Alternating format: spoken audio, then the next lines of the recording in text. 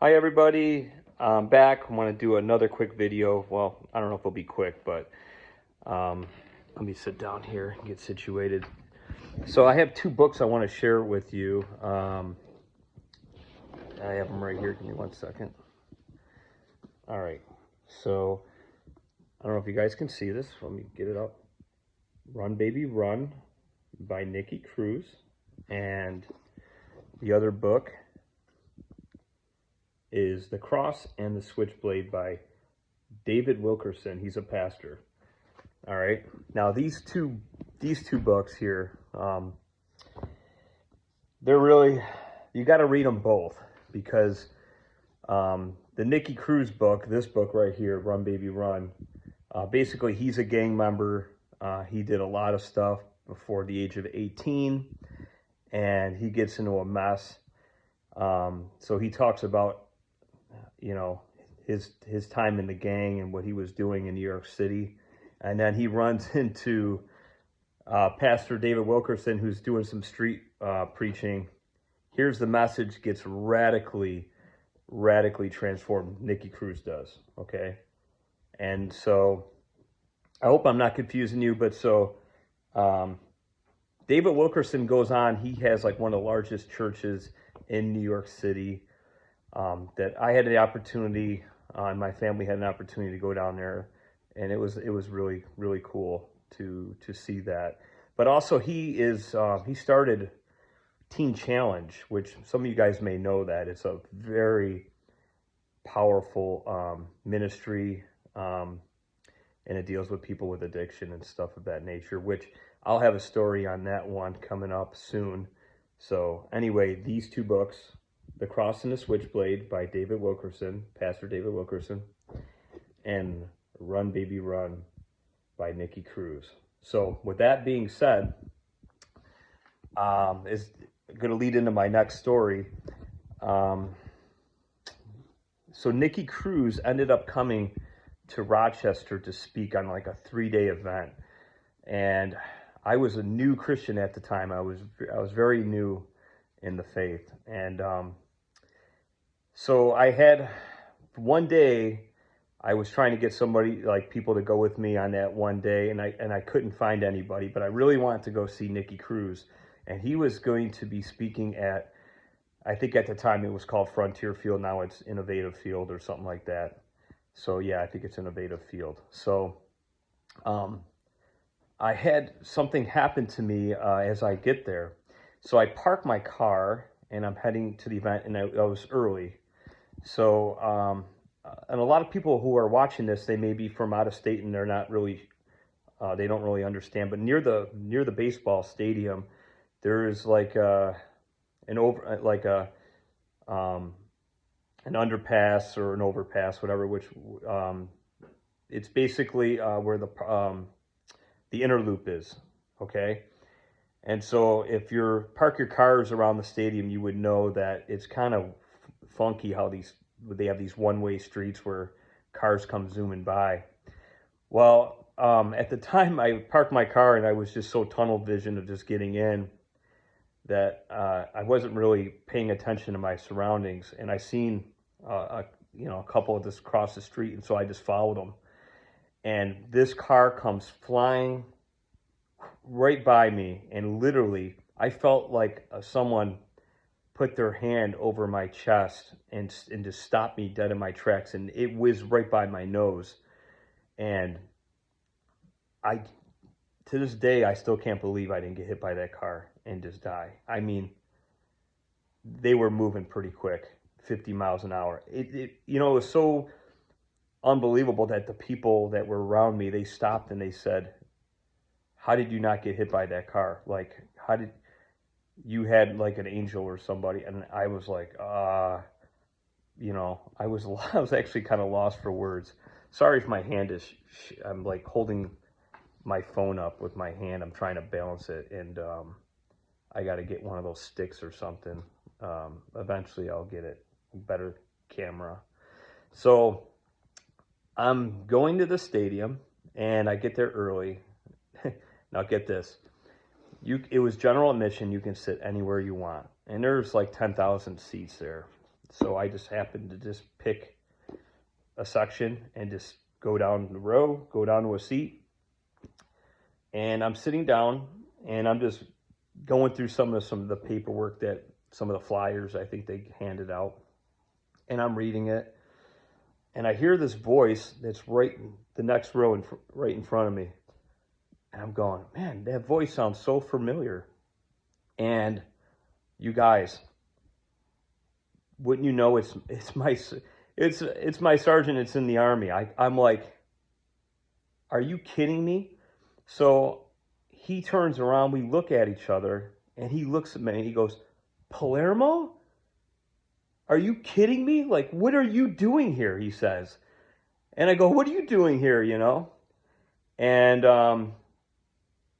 we've had some wild talks when I was in the service, and he it's amazing how people put seeds, they plant seeds, and anyway, maybe I'll go into a story later on a different time about with him. But anyway, he said, "You are Mission Impossible. I can't believe it." And I'm like, "I'm here. You know, God totally transformed my life. Do you believe it?"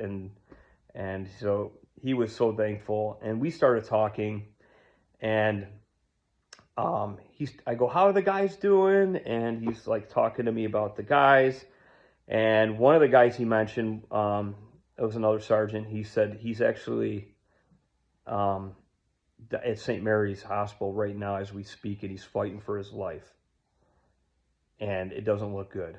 And as soon as he said that, something told me just to get up and go and just leave. And so that's exactly what I did. I just got up and I hopped back in my car and I drove to St. Mary's, and I was just praying along the way and just saying, God, I didn't know what I was going to walk into. I haven't seen him in several years. And so I walked in there and I went to the counter. I said his last name, and it brought me up to his room, and he was laying in the bed, and broken back, broken pelvis. He had bolts and nuts. His whole body was just put together by screws and this and that. So basically, this is what happened to him. He came back from Iraq, believe it or not, and he hopped on a motorcycle, and he was doing like 110 miles an hour, and he wiped out and he hit a tree. And so here's the kicker is that this happened at 11:50 p.m. and they didn't find his body until about 10 after 12 in the morning. Now here's the thing, his insurance ran out at 12:01. So not only is the poor guy fighting for his life, but now he's battling the insurance companies on seeing if this is going to be covered or not. So again, at the time, I like I was saying, I was a brand new, Christian at the time, and excuse me, I gotta get up a little bit here, and so just a brand new Christian at the time. I was devouring my Bible and just reading it at that time, really. And here's the thing, the power's in the Word, right? So like, it's great to hear a message. I'm not saying, don't go to church and things like of that nature. It's important, but like the transformation comes, it comes when you read the Word and you obey what you read, right? So like, not obey, but like apply it to your life, right? So yeah, I guess you could say. So when you apply it to your life, when you read it, and then you take it into a personal application, that's where the transformation happens. You'll begin to see some amazing things. The hardest part is getting it, right? Is like getting alone and spending the time and then trying to really, understand it, and it's hard. You do need like some help, and so anyway. So I was really devouring it at the time, and I was praying and believing, and like the Word says, is having the faith the size of a mustard seed, right? So when I seen him he remembered me, and then as I was talking with him, he would not remember me, and he was getting frustrated with his wife because his wife was there, and he would think that he got hurt in the war, and she had to remind him, no, you hit a tree with your motorcycle. And then he goes, oh, I remember. And then we would be talking, and then again he would go back and say, that he got hurt in a war, and she had to keep, it was back and forth. So anyway, it was tough to see him that way because I knew how he was and before. And so I told him, I said, I just want to pray. And, I had so much faith at that time. I was such a babe in the Lord. And it's funny because as you seek God and you continue to seek Him, I had this fireball like inside me. I can't explain it, but like it would be freezing outside, and like I would just take like my jacket off, and everyone else around me is like, "What are you doing?" And I'm like, "I'm just so hot. Are you guys?" So that's the fire I'm talking about, and maybe some of you guys. I know it may sound crazy to some people, people that are maybe not of faith or just checking this channel out, and they're like, "What are you talking about?" But yeah, that's real. So that stuff happens, and I guess I can't explain it, but it just happened. So anyway, I felt this fire, and I wanted to pray for him, and I just said a simple prayer, and how I believed. I said, Sergeant Keating, you're going to walk again, and I said it with no doubt. And I just said a simple prayer, and I prayed that everything would be restored, even to the point of his insurance. And I prayed that God would heal him, and I prayed that he would, and that he would walk again. And I just said it in Jesus' name. And when I said that, I felt something leave my fingers, and I felt like a pulse, boom.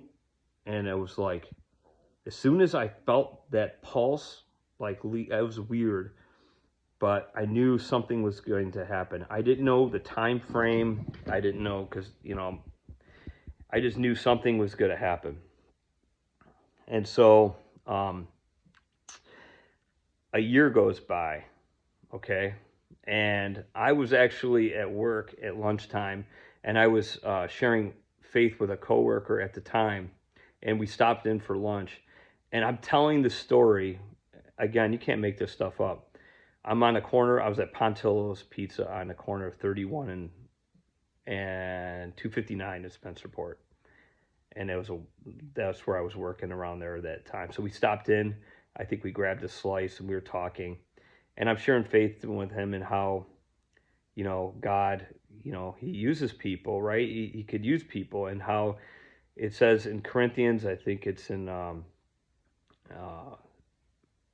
2 Corinthians 14 or 1 Corinthians 14, chapter 14, verse 2. It says, seek the spiritual gifts. And I think it's also in 1 Corinthians chapter 12, verse 28. Check those out. And it talks about different gifts, like gift of healing, right? So, seek the gifts earnestly, okay?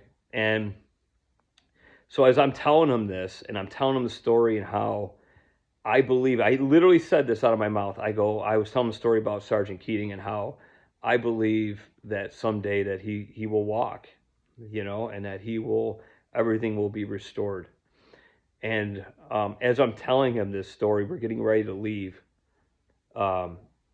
This guy, as I'm getting out the door, this guy opens up the door for me to go out, and we lock eyes, and it's Sergeant Keating. And I almost fell over. I mean, literally, I couldn't believe it. And Andy, he could not believe it, my coworker. He was like, this is nuts. And you guys, let me tell you, to see this guy standing and walking after what he went through, I didn't think the guy, at the time, before I prayed, it was rough, and so I talked with him. I go, we were just talking about you. I'm telling him the story, and he's like, oh, I just thank my lucky stars, and I'm like, oh yeah, and So I'm trying to get to the, God, obviously my faith skyrocketed from that when you see that. And the insurance got all taken care of, guys. That is crazy. That is like, wow. So that was huge for him. And that was big for my coworker also, because he's seen that, right? Like, how do you not? That's the power of God right there, right? Like, wow. And so for me, again, that just blew me to a whole nother, absolute whole nother level. And I was so touched by that and changed my life to see that. And yeah, so I want to share that with you. I know this was a long video, but anyway, God loves you, and just I pray that you have a good night and be well.